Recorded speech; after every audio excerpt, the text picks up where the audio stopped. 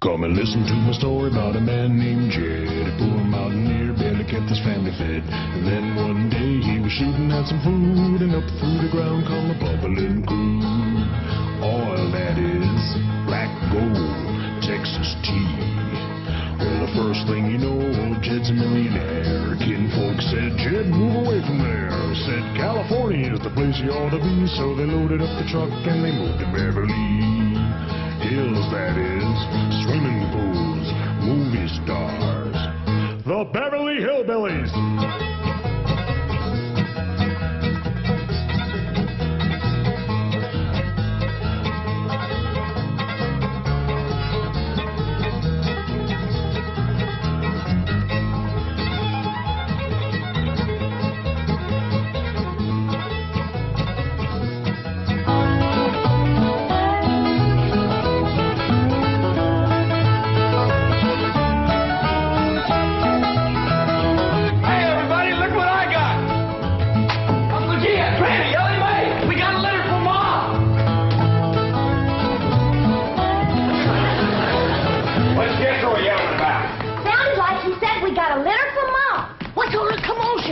Ellie says, Jethro says Pearl sent us a litter. A litter of what? Did you hear what?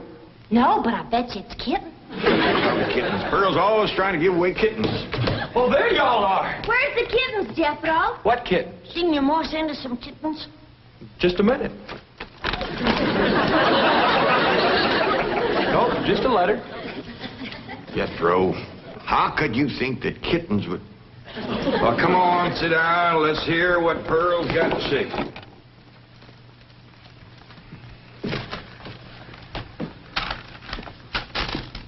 Dear son and kinfolk, I take pen in hand to say we are all fine back here. How are you all out there? Just fine, Pearl. That's right. Jethro, I hope you are making good marks in school out there. Ma thinks I'm going to school. Are you in the 5th grade like you would be here? Doggy, Jethro, I clean forgot about putting you in school. We're going to have to get you started today. Can I go, too? Well, now, I think Miss Hathaway's got plans to put you in some girls' school. Can I go, too? Jethro, I just said it was a girls' school. That's why I want to go. I like girls. I don't. Let's get finished with the letter. After that, we'll take care of school. Your sister, Jethrine, had a narrow escape. A city dude tried to take advantage of her. What does that mean, Paul? Well, that's, well, Granny will explain that to you later. Tell us more about the city dude, Jethro. His name is Jasper Heed. Jasper Heed? That's a funny name.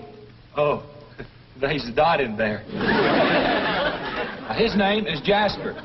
He wears patent leather shoes and spats on them. Don't sound too neat, does he? He seen your sister at the cabin when I went there to keep an eye on it for Cousin Jed. I know what Pearl went there to keep an eye on. Mr. Brewster. Well, now, Granny, Pearl's a widow woman. She got a right to look. I ain't knocking it. I got my eyes open myself.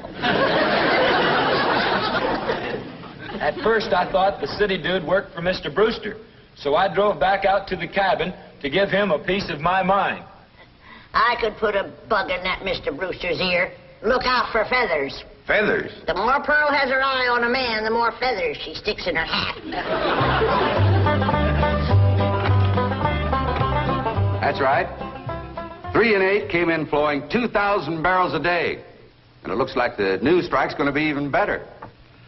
There's no doubt about it. This is one of the richest pools we've ever hit. Yep, everything from here is good news.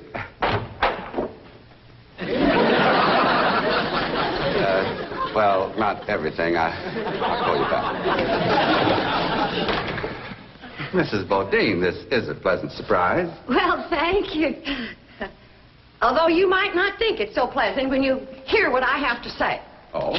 One of them oil fellas working for you has made advances to my daughter. Made advances? Well, what would you call being picked up and carried off by brute force? Well, I'd call that making advances. What's his name? Jasper Depew. Jasper Depew. I ain't seen him myself, but from what Jethro tells me, he's a pretty slick article. Oh, Mr. Brewster, You don't know how hard it is for two girls living alone like Jethrine and me. You see, my son Jethro's in California with Cousin Jed, leaving us no man to protect us. I'm a widow woman, you know. I guess wherever you have two unattached girls living alone, there's bound to be trouble. Especially when the girls are the kind that men call lookers. Did you say his name is Depew? Jasper Depew. Calls himself Jazzbo.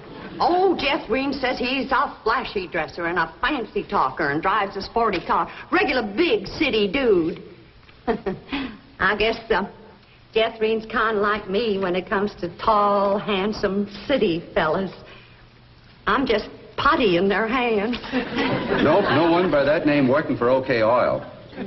You mind if I look? Oh, well, no, go right ahead. I'm bound and determined to find the rascal that trifled with the affections of my sweet, innocent, helpless baby girl. Ma! Jethrine, I thought I told you to stay in the buggy. I seen Jasper Depew coming. Here? Yes'm. Oh, well, thank goodness we got Mr. Brewster to protect us. Oh, there he is. Mr. Brewster throwed his arms around me and helped me in his strong embrace. What's an embrace, Paul? Well, that's when folks kind of twine their arms around one another. You mean like wrestling? It's sort of like wrestling, except they ain't mad. It's like wrestling for fun. I reckon you could see that. Then we heard a knock on the door, and we knowed it was Jasper He. Better look for that dot again. Oh, yeah. We knowed it was Jasper. He was there to get Jethrine. Her beauty had set his heart to burning with flamin' desire. What's flaming desire, Paul? Well, Granny will explain that to you later. Well, I'll try. But you're sure counting a heap on my memory.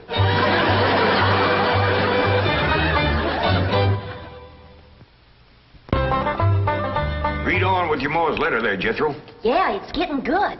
One city fella's got his arms around Aunt Pearl, and another's waiting at the door to grab Cousin Jethrine.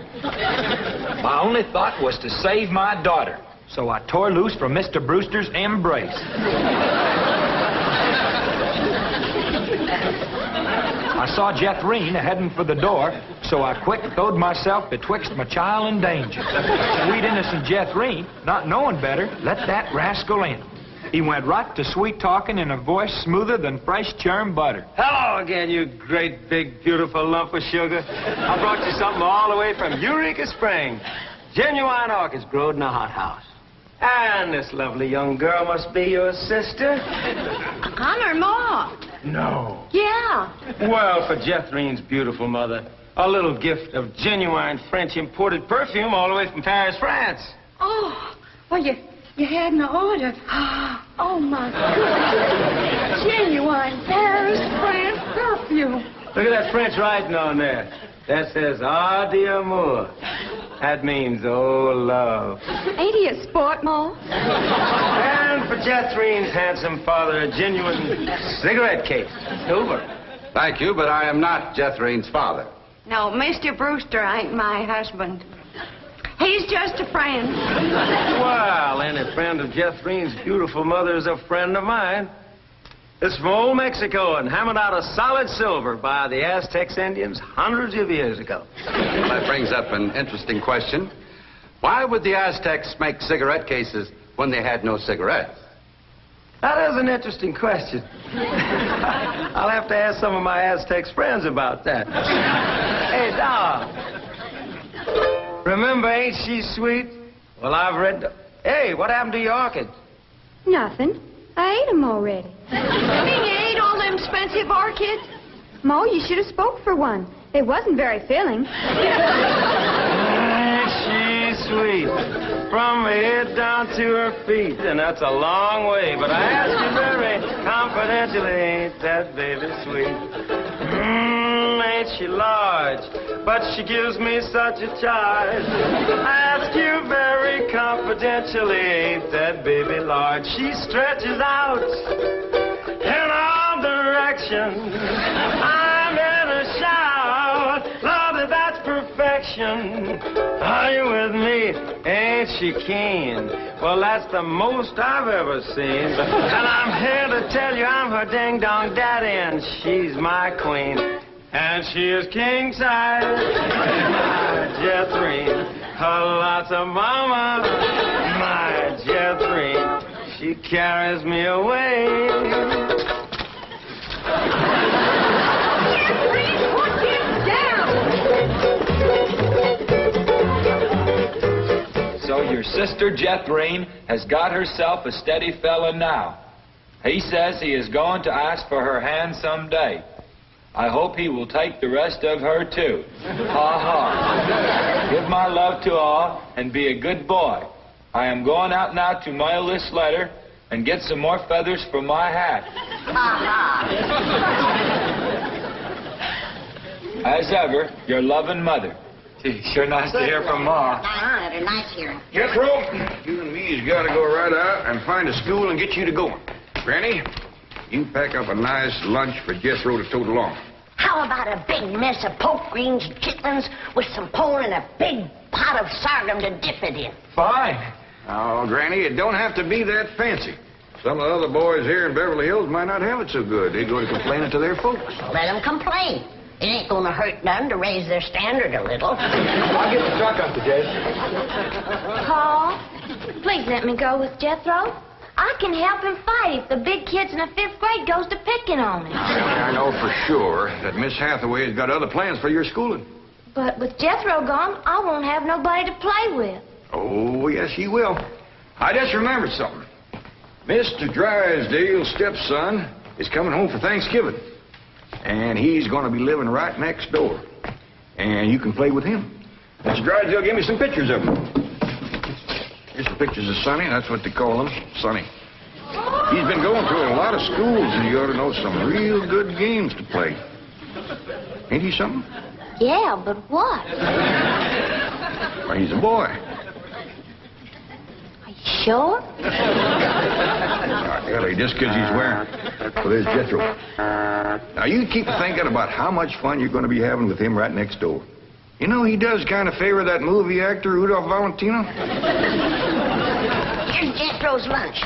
I didn't have time to fix much, but it'll hold him till he gets home from school. I got a little surprise in there. I've been saving it for a special day, and I reckon this is it. What is it, Granny? Deviled hawk eggs. Doggies. Makes me wish I was going to school.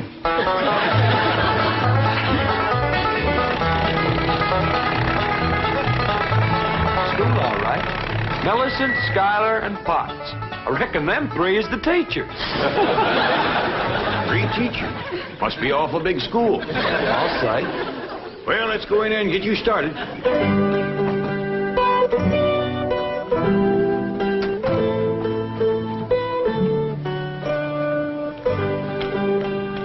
There you are.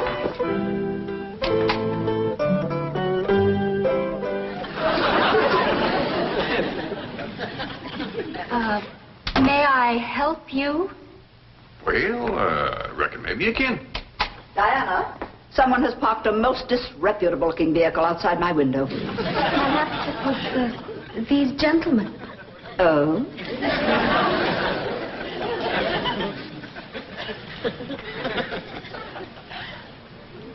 Yes?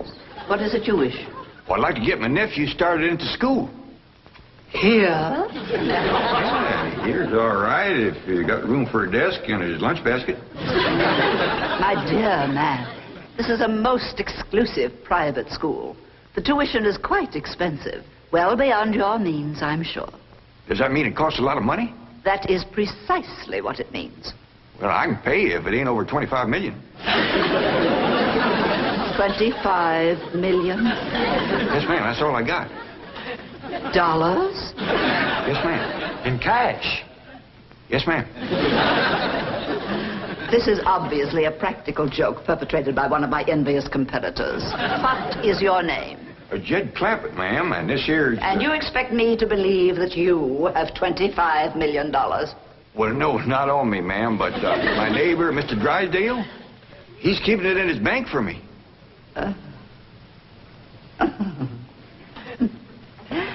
Get me Milburn Drysdale at the Commerce Bank. You see, it just so happens that Mr. Drysdale holds the mortgage on this school, so we are very well acquainted. Hello. I'd like to speak to you. Now, if you wish to admit that this is a hoax and be on your way, we will forget the entire incident. Otherwise, you may be liable to some sort of action for invasion of private property and impersonating a millionaire. Mr. Drysdale is coming on the line now. Thank you. This is your last chance, Mr. Clampett. My next call will be to the police. Very well. Mr. Drysdale, Millicent Schuyler Potts here. Come in, come in, come in, come in. Thank you, ma'am. Diana, tea for these gentlemen. Croppett? Oh, no, ma'am, Clampett. Diana, use the Spode tea set. Well, sit down, sit down, sit down, sit down. Just the two of us. Ellie Mae and Granny didn't come. Well, do make yourselves comfortable. Mr. Drysdale's exact words to me were, well, never mind his exact words. Apparently he values your friendship greatly, and Mr. Drysdale is a very important mortgage. Ma'am. Now then, shall we talk about your youngster who's entering our 5th grade? What is his name? Jethro Bodine. Bodine? Jethro. No, ma'am. Jethro Bodine. We always put the last name first. Now, male, of course. Yes, ma'am. Just got a letter this morning. Date of birth? December the 4th. Year? No, ma'am. Back home. We only been here a few weeks. Perhaps you should answer the questions for our vital statistics. Now, we need to know the complete birth date, which in turn gives us the exact age. Now, we have December 4th, and judging from the fact that your nephew is entering the 5th grade, I would surmise that the year is 51 or 52. Am I correct? Oh, Jethro ain't near that old. And in the 5th grade? Why, that's wonderful. Well, perhaps we have a budding genius on our hands. Archie! How poor. Oh, Diana, I'd like you to bring me one of our boys' uniforms to show these gentlemen. A 5th grade size. No, on second thought, you'd better make it 3rd grade. He's younger than average. We require that all of our students wear identical uniforms. It makes for less friction that way. Otherwise, the boys of millionaires are apt to be taunted by the really rich. I bet you Jethro will look right good in a uniform. He can't wait to be a soldier. Oh, yes, many a young lad is like that. However, our uniforms do not reflect any militaristic design. No, rather, we strive for something gay, attractive, and smart. Oh, there you are. Charming, isn't it? Now, you take this home and have Jethro wear it when he comes to school in the morning.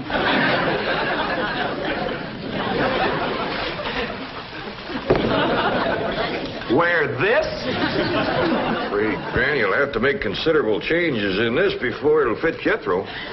So tiny? Yes, ma'am. And in the 5th grade? Well, the boy must be a genius. Well, you may be very sure that we will bring him out. If he wears this, he'll bust out. Now then, how do you gentlemen like your tea? We don't know, ma'am. We ain't tasted it yet. Oh, you are the fun-loving one, aren't you? Yes, ma'am.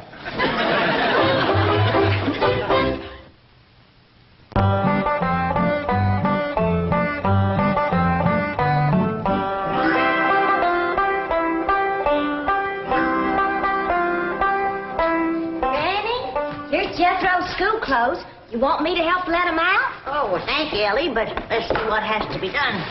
Maybe they fit them already. That's supposed to be a hat? I reckon so. What's that? Well, Jethro said it stands for pots. Potts? That's the school he's going to. Pot school. Hell, he'll be learning a good trade. If there's something folks always needs, it's pots. Jethro can make you some dandy new ones once he catches on to it. Miss Sam Hill is supposed to wear that. Well, Jethro, I reckon. Jethro couldn't have wore that at 3. Paul said it'd take some letting out. Letting out? There ain't enough seams in the whole world to let that out. How's it going, Granny? Are you getting my uniform already? Jethro Bodine? No, Granny. Over to school, it's Bodine Jethro. Ellie Mae, leave the room. Ain't you got no shame running around here in your underpants? Granny, these ain't underpants. They swimming trunks. You wrap that towel around you before I cut a switch. But, Granny, Miss Hathaway says... I don't care who says what. I'll be glad when your ma gets out here to take you in hand and to make you some school clothes. These things ain't never gonna fit. But, Granny, I gotta have these in the morning. It's a rule. All us kids over there's gotta wear these. And that coat, too. Yeah. I sure wish your ma was here with her sewing machine. Pearl's a whiz at making clothes. Now that you're going to be keeping company with Jazzbo Depew, you're going to need some nice clothes. I like the little fella, Ma. I'm glad, Debbie. But you got to stop picking him up all the time. He ain't heavy. That ain't the point. It don't look fitting for a girl to run around carrying a fella. All right. I won't pick him up anymore. Till we get married. Why would you pick him up then? To carry him over the threshold. You ain't supposed to carry him. He's supposed to carry... No, that's ridiculous. I declare, I don't know how I'm going to keep you in clothes the way you're shooting up. I start a new outfit, and by the time I get it stitched together, you've outgrown it. My new shoes is already too tight for my feet.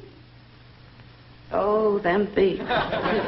If they get any bigger, you're going to have to go outside to turn around. My feet ain't as big as Jethro's. Well, of course not. He's a boy. Just think, your brother Jethro's going to school in Beverly Hills, California. Yeah. I'm homesick for to see him, Ma. Me too, Jethro. I'll bet your rich Uncle Jed has Jethro duded up like one of them actors in movie pictures.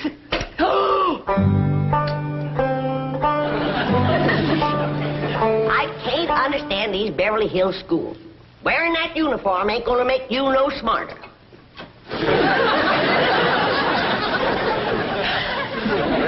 Miss Potts said I had to wear it this morning. And she's the boss teacher.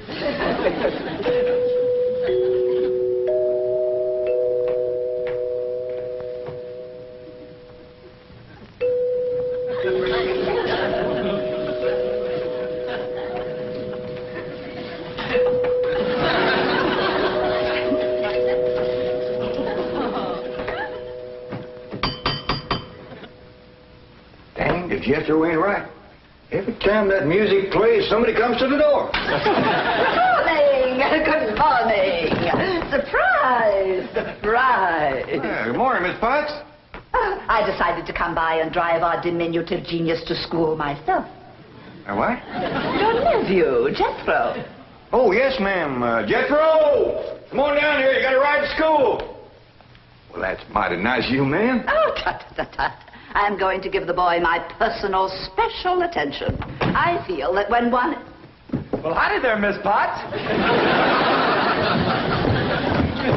You come to take me to school? Yeah, betcha she is. I want you to be a good boy and make good marks so your ma will be proud of you. This is your nephew? Ma'am, you met him yesterday, remember? Of course, he does look a mite different in his uniform. Granny had a time getting it to fit, but she done it. You are in the 5th grade? Oh, yes, ma'am. Just finished 3 years in the 4th. But I can't. It's impossible. Oh, that ain't nothing. He got through the 1st grade in only 2 years. Under no circumstances can I allow this. Well, say, here comes Mr. Drysdale. I reckon he's coming to see Jethro off to school. Come along, Jethro. Hippity hop. This is the way we go. school. This is the way we go to school. Is Jethro's lunch? Oh, Jethro! You forgot your lunch. Now, Jethro, you share your grits and fat back with Miss Potts today.